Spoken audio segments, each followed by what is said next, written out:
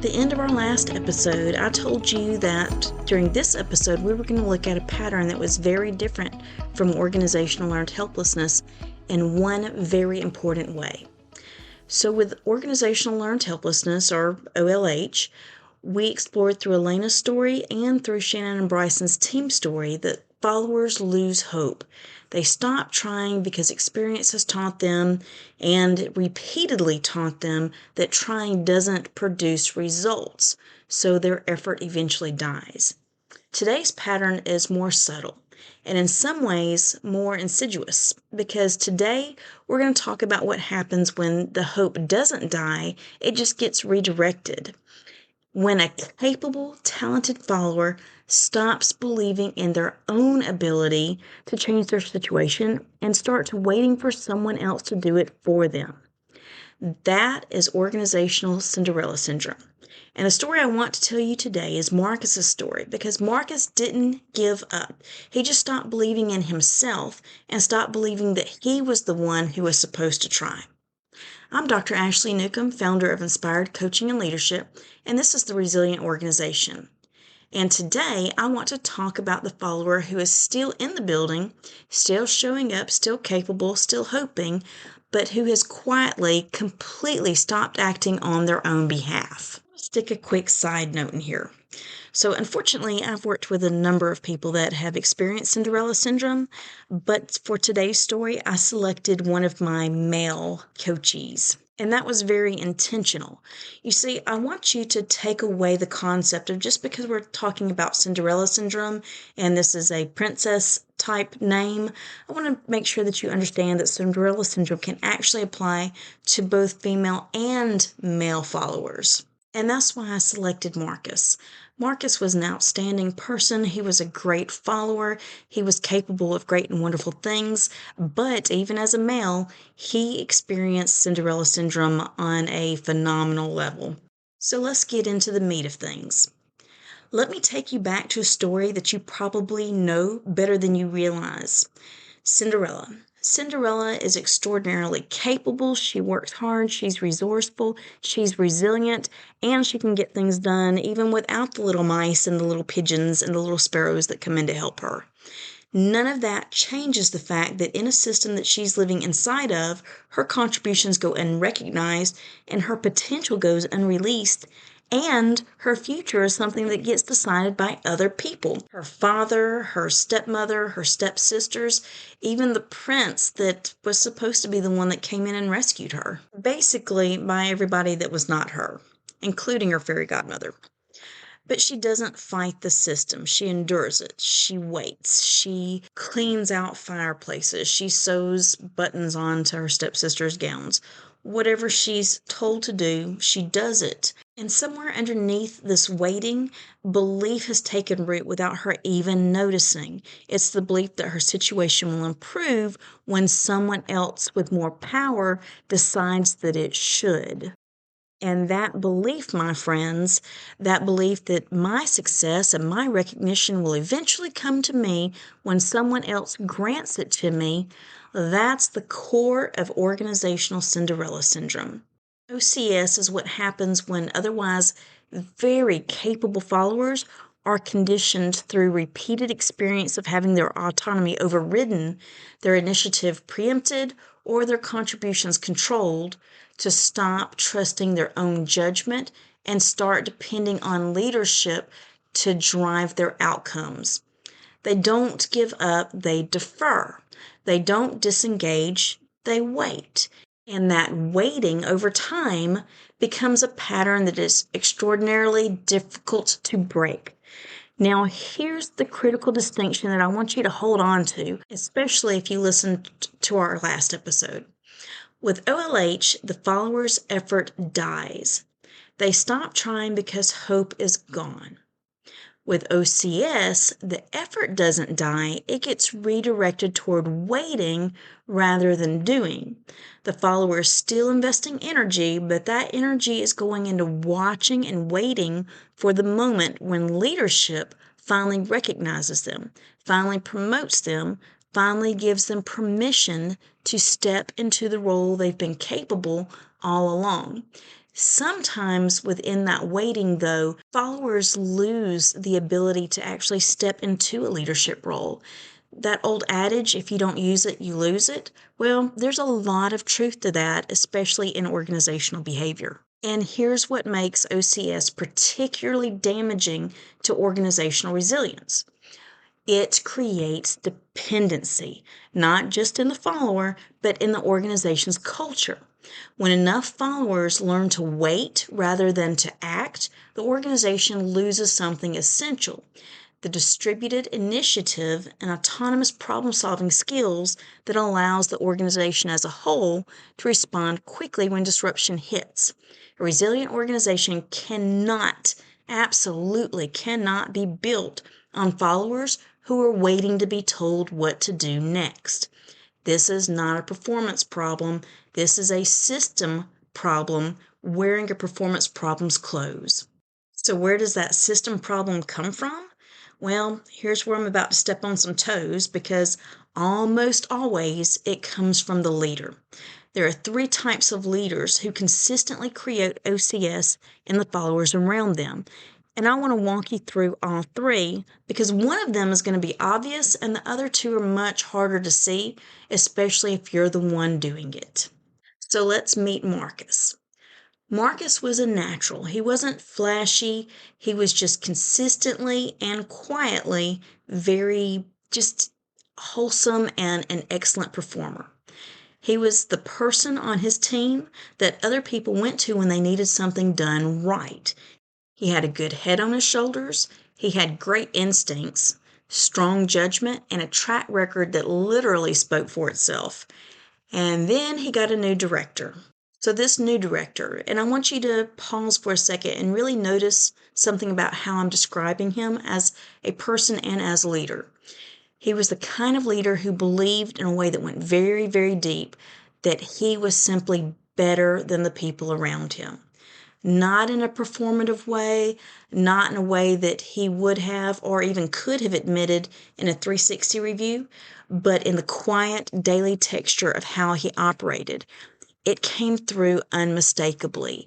He was almost one of these born leader types of people that just thought that you were either born into greatness or you were born to be mediocre. And he certainly felt like he was born to greatness. When Marcus brought a solution to a problem, his director would listen and then explain why his own approach was superior to Marcus's.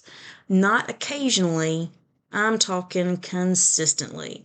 When Marcus made a decision within the scope of his authority, the director would revisit it in the next team meeting, reframe it, present it in a slightly different version as the better path forward. When Marcus prepared materials for senior leadership presentation, well, the director would rework them entirely, not because they were wrong, but because they weren't the way that the director would have done it. And when others praised Marcus's work, the director had a reliable habit of contextualizing.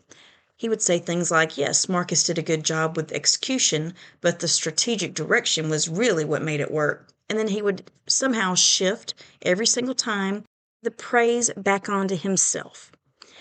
Now, Marcus was a very kind person, but he was not a naive person. He saw what was happening, and at first he pushed back. He asked for clarity on why his decisions were being revisited. He requested feedback on what specifically wasn't meeting the director's standards. He made the case professionally and clearly for his own approaches. And the director's responses were smooth. You got to give him that. They were diplomatic. He never said just outright, you're wrong. He would say things like, I just wanted to make sure that we were presenting the strongest possible version. Or he'd say things like, I have more context on the senior leadership expectations than you do right now. Or, and this is one that really stayed with Marcus, I know you have good instincts, Marcus, but instincts need to be developed. Let me show you how to handle this. Every one of those responses communicated the same thing underneath the polish. Your judgment is not ready to be trusted yet. I'm the one who knows best. Watch and learn. And Marcus, because he was a rational person who wanted to succeed in this organization, began to adjust. He started running decisions by the director before making them. He started framing his proposals as options for the director to choose from rather than recommendations that he was confident in. He started waiting for approval, for direction, for the signal from the director that it was okay to move forward. The part that matters most is that Marcus didn't realize he was doing it. The dependency didn't feel like surrender. It felt like professionalism. It felt like learning the organization. It felt like being appropriately humble in the presence with someone with more authority and experience. What was actually happening was Marcus's belief in his own judgment was being systematically eroded and dismantled, one interaction at a time. And by the time Marcus was aware of how dependent he had become on the director's approval, the pattern was so established that acting autonomously felt genuinely frightening. What if he got it wrong? What if he moved forward without checking it and it wasn't the way the director would have done it? What if he stopped waiting and it turned out that he actually wasn't ready? There were a lot of what ifs that played into the mind that could have ruined his career, at least from his perspective. That fear of autonomous action in a follower who was once naturally autonomous, is organizational Cinderella syndrome fully formed. As I mentioned earlier, OCS is typically created by one of three leadership personalities. Marcus' story features the most clearly recognizable OCS creating leader, the one that I call the superior leader. But there are two others, and I want to walk you through all three because one of them is bound to feel very familiar, and it may not be the one that you expect. The first is a superior leader, as I mentioned. This is Marcus's leader. This is the leader who steps in consistently and habitually because they genuinely believe that their approach is better than everyone else's.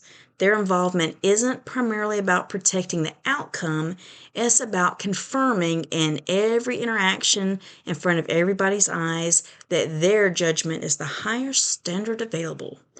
The damage that this leader does is so significant because it's so consistent. Followers around a superior leader quickly learn that their own judgment is always going to be second-guessed, that their work will always be reworked, and that the only safe path forward is to wait for the superior leader to weigh in before acting.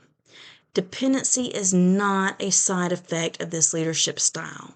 It is in many ways the natural product. Our second OCS leader is the knight. Think about a knight in shining armor. This knight is a very different kind of leader and often a much more sympathetic one. The knight steps in because they genuinely want to help. They see a follower struggling or anticipate that the follower might struggle, and they move in to prevent the difficulty before it arrives. For those of you who follow parenting philosophies, think lawnmower mom meets helicopter parent. They solve problems before followers even have a chance to engage them. They rescue before the situation requires a rescue. And they do all of this because they care. They care about the outcome. They care about the follower. They care about the organization. They care about getting it right. The knight is often a very beloved leader. People feel protected around the knight. But what the knight's followers are quietly learning is that protection is available on demand and that struggling through something on their own is unnecessary because the knight will always show up. Over time, followers around a knight stop developing the confidence to handle difficulty independently, not because they can't, but because they never had to. And some of those minor difficulties, they actually help build organizational resilience because they help the followers build faith in themselves to autonomously address, attack, and solve organizational problems before they become major events. Back to our old adage, if you don't use it, you lose it. And if you don't give your followers the opportunity to struggle and find solutions on their own, there's going to be a day that you're not around and they're not capable of doing it on their own.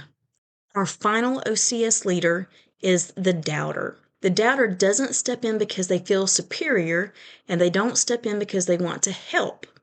They step in because they don't trust their followers to get it right.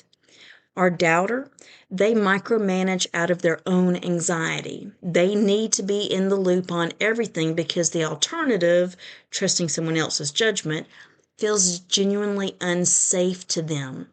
Followers around a doubter learn something very specific. They learn that their judgment is not trusted here.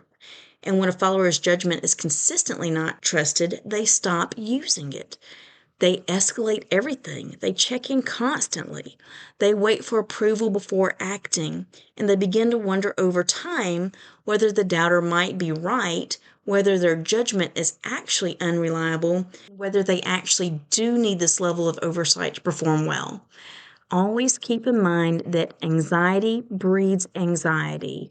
Doubt breeds doubt. So as a leader, when you don't have faith in your followers, those followers eventually stop having faith in themselves because as a leader, they look up to you. As a leader, naturally, they're assuming that you're in a position because you just know more than they do. So if you don't have faith, then maybe they don't deserve it.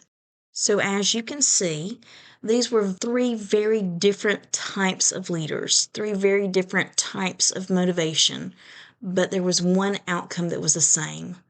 Followers who have learned to wait rather than act. Followers who have been conditioned slowly, often unintentionally, to depend on someone else to drive their outcomes. Now let's be honest with one another right here. This is the point where we admit to ourselves that it's great to feel needed. It's great to feel like we are the captain of this ship and that we are steering through the storm successfully. And it might even feel good to think that, maybe this couldn't be navigated as well with a different leader. But at the end of the day, the goal of leadership is not to be needed. The goal of leadership is to build something that doesn't depend entirely on your presence in order to function. And here's where I'm really going to step on some toes. The fact of the matter is that if you've built an organization or if you've groomed followers that are incapable of functioning without you, you're not a very good leader. And now that I've already stepped on some toes, let's make this really personal. And I want to start with something I mean sincerely. The leaders that are most likely to recognize themselves in today's episodes are often the ones who care the most. The doubter cares about quality. The knight cares about people. Even a superior leader at some level cares about outcomes, however distorted their methods may be. OCS is very often the shadow side of a genuine investment in work and in the organization. But caring about your organization and leading in a way that releases your followers' potential, that's not automatically the same thing. And that gap is worth an honest examination. Here are a few questions for you to sit with. When a follower brings you a problem, what's your default response? Do you ask them how they're thinking about it and wait for the full answer? Or do you find yourself moving toward a solution before they finish describing the situation? Neither answer makes you a bad leader, but the pattern, repeated and consistent, shapes what your followers believe is expected of them. Think about the last significant decision a follower made in your organization. Did it stand as they made it? Or did it get revised, reframed, reworked by you or someone above you before it was fully implemented? If your fingerprints are on every single output that leaves your team, it's worth asking what your team has learned about whose judgment is trusted here. And here's the one that lands the hardest. If you stepped back, genuinely, significantly stepped back, do you believe that your followers could handle it without you? If your honest answer is no, ask yourself when that became true. Because followers who can't operate without extensive leadership involvement, they've learned that dependency somewhere, and the most likely place that they've learned it is from the leadership they've been operating under. And if that's you, then that's you. But this is not about blame. It's about honest accountability. Because if you are creating OCS in the people around you, even unintentionally, even from a place of genuine care, the path forward begins with seeing it clearly. And here are 3 things that you can do about it today. Now, these won't undo years of conditioning dependency overnight, but if Marcus's story landed somewhere real for you, here are 3 places that you can start. First, the next time a follower brings you a problem, ask before you answer. Before you share your own assessment, before you begin working toward a solution, ask them, what are you thinking about this? And then be genuinely quiet. And be quiet long enough for them to actually answer. Don't put words in their mouth. Don't preemptively answer for them. You are not withholding your expertise in this space. You are creating space for them to develop theirs. And that space is where autonomous confidence begins to grow. Second, let the next piece of work go out with their fingerprints on it, not yours. Find one thing your team produces in the next week and resist the urge to rework it. If it's good enough, then let it be good enough. If it needs feedback, give the feedback and let them make the changes. The signal that you're sending here is this: your work has value as your work. That signal delivered consistently begins to rebuild the belief that their judgment is trusted. The third and final tip for today: the next time a follower is about to face a difficult situation, resist the urge to prevent it. Don't rescue before a rescue is needed. Let your follower engage with the difficulty. You can stay available as a resource, but let them take the lead, and then acknowledge specifically what they handled and how they handled it. Believe it or not, you are not being unhelpful here. You're actually being the kind of leader who builds followers capable of standing on their own. And that's exactly the kind of leadership that builds resilient organizations. Unfortunately, many times as a leader, we often think that if we empower our followers too much, we're going to empower ourselves right out of a job. But that's not the case. What happens instead is that we build an organization that is going to be a lasting legacy for us after we've retired, instead of one that needs our constant interaction, or else it's going to fail. So Marcus eventually moved to a different organization, as with most of the people that I'm going to talk about in this podcast. And this new organization trusted his judgment from the very start. And he told me that the first few months there were genuinely disorienting for him. He kept waiting for someone to check his work. He kept looking for the approval signal before moving forward. He kept second-guessing his decisions that he was fully equipped and credentialed to make. It took time, but he finally found his way back to himself, found his way back to the level of natural confidence that he originally had with the other organization. So you see, Cinderella syndrome is actually reversible under the correct conditions. In looking at your own Cinderellas, their capability is still there. The real question of the matter, is whether your leadership is releasing it or quietly teaching it to wait.